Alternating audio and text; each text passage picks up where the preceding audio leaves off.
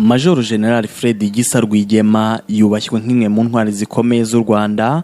Umubiri we uruhukiye mu irimbi ry'intwari Remera mu mujyi wa Kigali.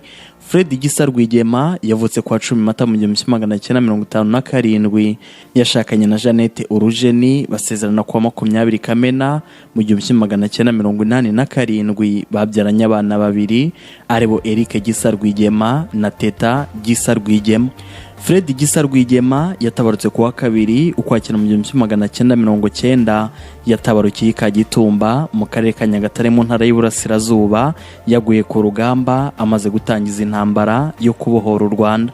Fred Gisa Rwigema yapfuye afite abana babiri, dore ko yatabarutse amaze imyaka 3 gusa ashakanye n'umugore we. Abana be basigaranye na mama wabo Jeannette Urujeni. Uyu mubyeyi yareze neza aba bana, yasigiwe n'umugabo we. Barakura bariga baraminuza bavamo abagore n'abagabo. Muri iki kiganiro cya none tugiye kuganira kuri aba bana babiri ba Fred Gisa Rwigema. Duhereye kuri Teta Gisa Rwigema, nkuko twavuze ko mama wabo Jeannette Rwigema yabareze neza bagakura bakaminuza. Kuva mu 2009 kugeza mu 2014 Teta Gisa Rwigema yaminurije muri Leta Zunze Ubumwe za Amerika muri Kent State University yize ibijyanye na politiki. Nyuma y'icyiciro cya kabiri cya kaminuza, Teta yize icyiciro cya gatatu cya kaminuza Masters Degree. Hagati y'umwaka wa 2016 na 2017 yiga International Public Relation and Global Communication muri kaminuza ya Cardiff mu Bwongereza, imwe muri kaminuza zikomeye mu Bwongereza. Mu mirimo yakoze hari yakoreye mu ishami ry'umuryango w'abibumbye ryita ku baturage mu Rwanda, United Nation Population Fund. Hanyuma mu 2018 yakoraga muri Minafete, aho yari umwe mu bayobozi bakuru mu gashami ka Afrika yunze ubumwe. Mu mwaka wa 2021 Teta yashakanye na Marvin Manzi, umuhungu wa Louis Kamanzi, nyiri Radio Flash. Ni ibirori byo kubashyingira byabaye tariki ya 6 Ugushyingo 2021, aho byitabiriwe n'abantu benshi barimo na nyakubahwa Perezida wa Repubulika y'u Rwanda Paul Kagame. Uyu Marvin Manzi bashakanye nyuma yo kumara imyaka 18 bakundana, dore ko bamenyanye bakiri abana. Uyu Marvin Manzi ni inzobere mu ikoranabuhanga mu bijyanye no kubaka gahunda za mudasobwa. Mu mwaka wa 2021 nawe yashatsemo yanubatse application yise Momodi, ikaba ari code ya mobile money ikoreshwa muri telefone za iPhone mu kwinda guhererekanya amafaranga mu ntoki.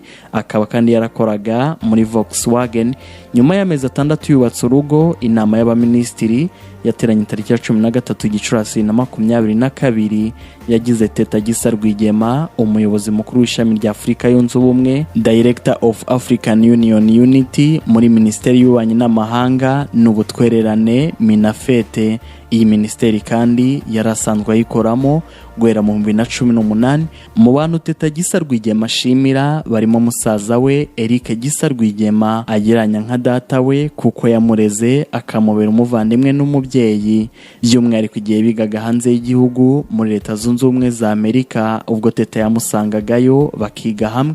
Eric Gisa Rwigema we ntabwo yakunze kuba mu Rwanda. Uganda yagiye ishyirwa mu majwi cyane yo kuba Eric Gisa Rwigema adataha mu Rwanda. Mu bukwe bwa Teta bwahurije hamwe inshuti n'abagize umuryango wa Fred Gisa Rwigema, ntibwigeze bugaragaramo Eric Gisa Rwigema, imfura ya Fred Gisa Rwigema.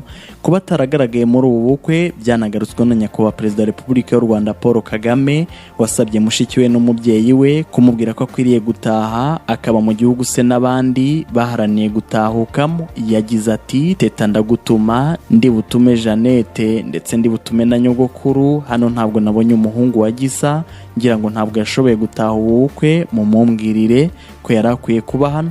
Akwiye kuba ari mu gihugu se n'abandi twese twaharaniye tukaba twarabibonye. Mumumpera ubutumwa, sinshaka ko umuhungu wa Fred yaba hanze cyangwa yaba impunzi.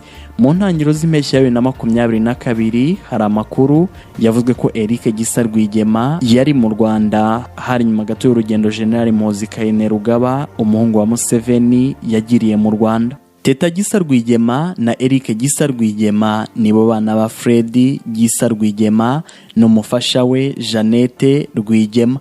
Ubusanzwe Fred Gisa Rwigema yavuze tariki ya 10 Mata 1957 avukira aho ari prefegitura ya Gitarama mu majyepfo y'u Rwanda. uwo ni mu karere ka Kamonyi mu murenge wa Nyamiyaga, yabyawe na Anastase Kimonyo na Gatarina Mukandirima. Mu 1960 we n'ababyeyi be bahungiye muri Uganda bajya mu nkambi ya Nshungerezi mu karere ka Ankole nyuma y'ubugizi bwa nabi no kumenesha abatutsi nk'igice kimwe cy'abanyarwanda mu cy'ubutegetsi bw'icyo gihe bw'isi mpinduramatwara yo muri 59 yabanjirijwe n'urupfu rw'umwami Mutara wa gatatu Rudahigwa n'ihirikwa ry'ingoma ya murumuna we Kigeli wa gatanu Ndahindurwa. Fred Gisa Rwigema amaze kurangiza amashuri yisumbuye muri Uganda mu 1976 yagiye muri Tanzania yinjira mu barwanyi bitwaga Front for National Salvation for NASA, inyeshyamba zari ziyobowe na Yoweri Kaguta Museveni. Mu mpera z'1976 Rwigema yafashe inzira yerekeza muri Mozambique yinjira mu barwanyi ba Frelimo, inyeshyamba zaharanaga kuvana Mozambique mu maboko y'abakoloni b'abanyaportugal. Mu 1979 Rwigema yinjiye mu barwanyi ba Uganda National Liberation Army bafatanya n'ingabo za Tanzania gufata Kampala bayiri ku butegetsi bwa Idi Amin Dada wahise ahunga igihugu muri Mata 1979. Rwigema yaje kwifatanya n'abarwanyi ba Museveni National Resistance Army NRA barwanaga mu buryo bwa kinyeshyamba bitaga Uganda Bush War, bwari bugamije guhirika ubutegetsi bwa Milton Obote. Icyo gihe nibwo Rwigema yarwanye bwa mbere ari kumwe n'abaje kuba abasirikare bakuru muri RPF Inkotanyi barimo nyakubahwa Perezida wa Repubulika y'u Rwanda Paul Kagame, James Kabarebe n'abandi baje gufatanya ku rugamba rwo kubohora u Rwanda no guhagarika jenoside yakorewe abatutsi mu 1994 hashize imyaka 4 Rwigema atabarutse. Nyuma y'uko igisirikare cya NRA gifashe ubutegetsi muri Uganda mu 1986 Rwigema yagizwe minisitiri wungirije w'ingabo, akomeza kugaragara mu bikorwa byo guhagarika burundu abarwanyi ba leta yatsinzwe bari bagihanyanyaza mu majyaruguru ya Uganda. Fred Gisa Rwigema ni umwe mu barwanyi 27 bari bayobowe na Museveni wagiye mu ishyamba mu 1981 gutangiza urugamba rwo kurwanya Milton Obote n'ishyaka rya Uganda People's Congress bashinjwaga kwiba amatora mu 1980 bagatsinda Democratic Party byariyobowe na Paul Kawanga Semwogere na Uganda Patriotic Movement byariyobowe na Yoweri Kaguta Museveni. Mu 1985 Fred Gisa Rwigema yaramaze kumwe mu bayobozi bakomeye mu gisirikare ndetse ingabo za National Resistance Army za Museveni zari zimaze guhirika ubutegetsi bwa Milton Obote.